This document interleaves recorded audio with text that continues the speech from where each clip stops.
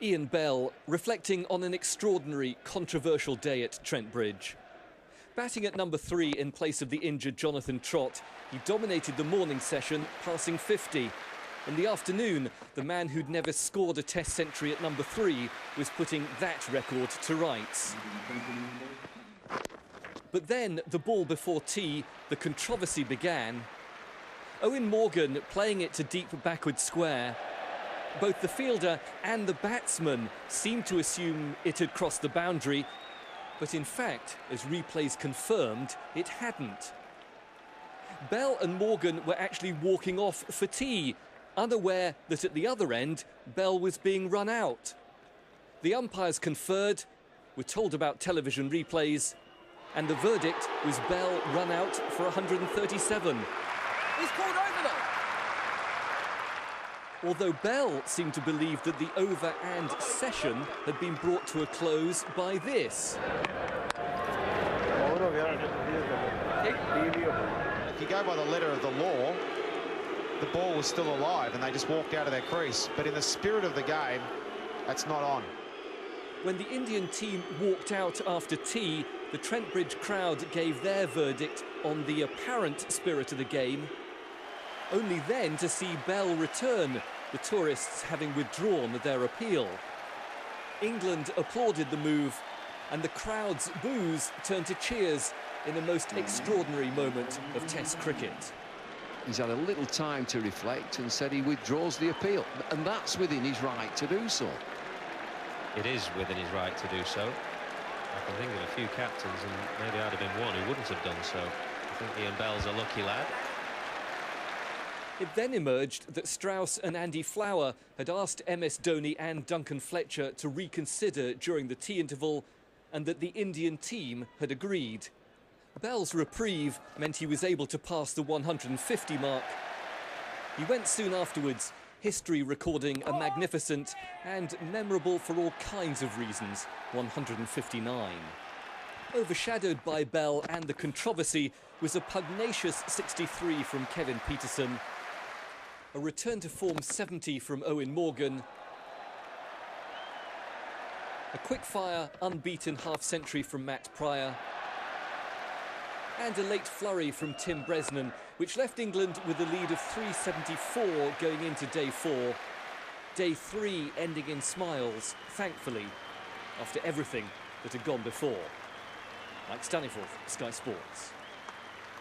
I think the umpire took the jumper out of his, obviously just behind his back, and started to walk over to the bowler, and it all just looked like it was going straight towards tee. And yeah, obviously the right, things have happened, I guess, for the spirit of the game, but it's yeah, it was a shame. Did Owen try and send you back at any stage, saying, hang on, the ball's still live? Not at all. I think, like I said, we were both a bit shocked, really, with what was sort of going on. We didn't sort of really realise what had happened until we were sort of halfway off and we were told to stay on the ground. We just thought, we'll go straight to tee. Now, we saw you with Tim Robinson here, the 4th umpire, and you were saying, well, the umpire's called over. Well, it looked like it was all going that way, and obviously things happened in a bit of a rush and all things were going there, but, yeah, it was difficult. Like I said, hopefully the right decision's been made. And the spirit of the game has been kept and done really well. So, yeah, it was a disappointing way to finish the tee. So when you got upstairs for the tea break, what was the chat? Oh, we still had to wait. Obviously that decision had been made. I guess captains and coaches met, and I guess we wanted to see if that was the way the decision was going to stand and whether they were going to come back and change it. Obviously, I had to wait until the last minute to know I was going to go back out and bat. But I think for the way it's been handled has been fantastic, and like I said, the spirit of the game, has been, it's been fantastic from both teams today. When we went back in, there wasn't a nice feeling in the dressing room, and the discussion had already started that probably what happened was not right, And when sort of Flower and Strauss came down to discuss it with Dhoni and Fletch, there was already a discussion going on in the dressing room that maybe what happened was not in the spirit of the game. And then, the team met, and there was complete unanimity in the decision that, we need to reinstate Ian and give him an opportunity to keep playing because it just wasn't right. So just to be clear, the team had a strong input into that decision. It did, and led by Dhoni. I think Dhoni, I think he led it and led it beautifully. I thought he discussed the whole issue with everyone. Obviously, you didn't want, you didn't want people walking out of the dressing room, not sure about the decision or not fully behind the decision, but it was nice to see that everyone was behind the decision and everyone realized there was a little bit of a bitter feeling in the stomach when they came in for tea.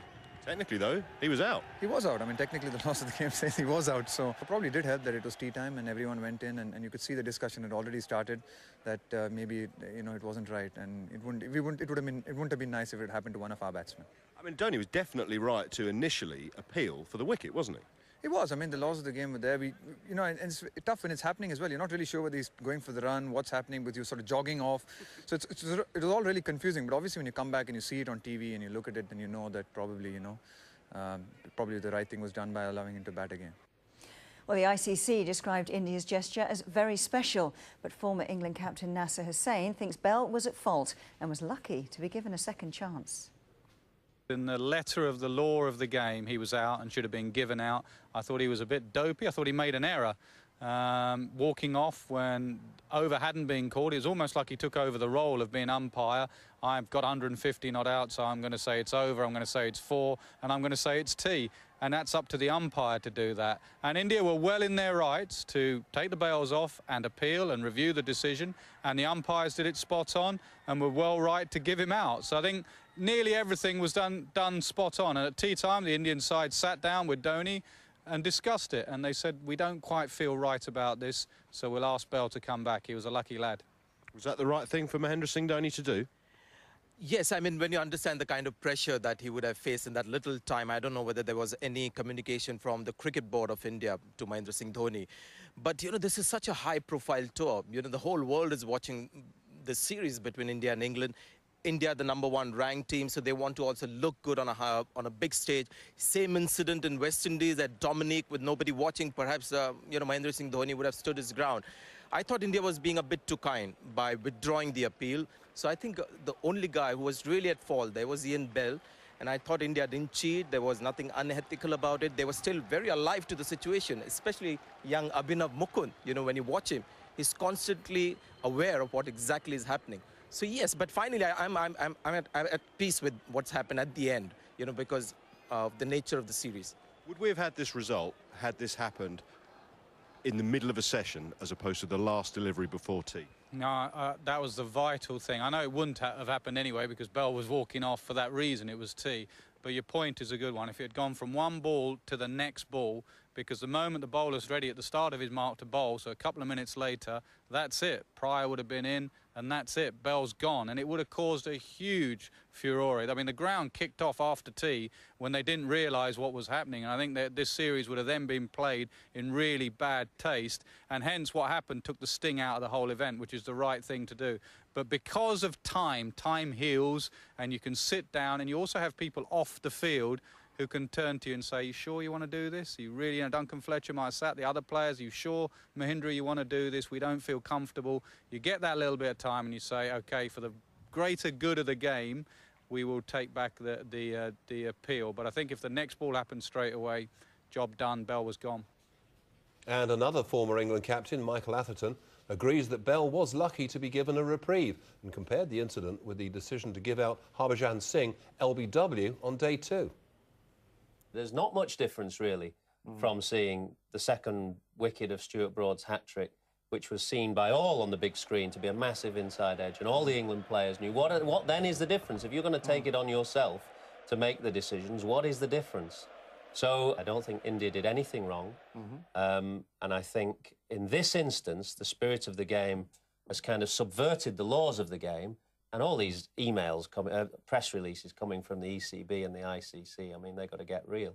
They kind of jump on a bandwagon and don't really sort out the serious issues in the game. This really was an issue for the laws of the game and not the spirit of the game. Well, this is the law which governs the withdrawal of an appeal. Law 27, Section 8 reads, the captain of the fielding side may withdraw an appeal only if he obtains the consent of the umpire within whose jurisdiction the appeal falls. He must do so before the outgoing batsman has left the field of play, but, of course, in this instance, Bell had left the field of play, as had all the players because of the tea interval.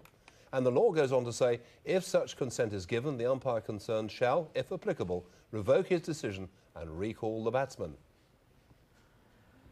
Well, there is precedent for similar incidents. In December 2006, Muralitharan was given out after leaving his crease to congratulate Kumar Sangakkara on reaching a century. Sri Lanka's captain, Mahela Jayawardene, questioned Brendan McCullum's decision to knock the bails off, but the run-out stood and there was no reprieve.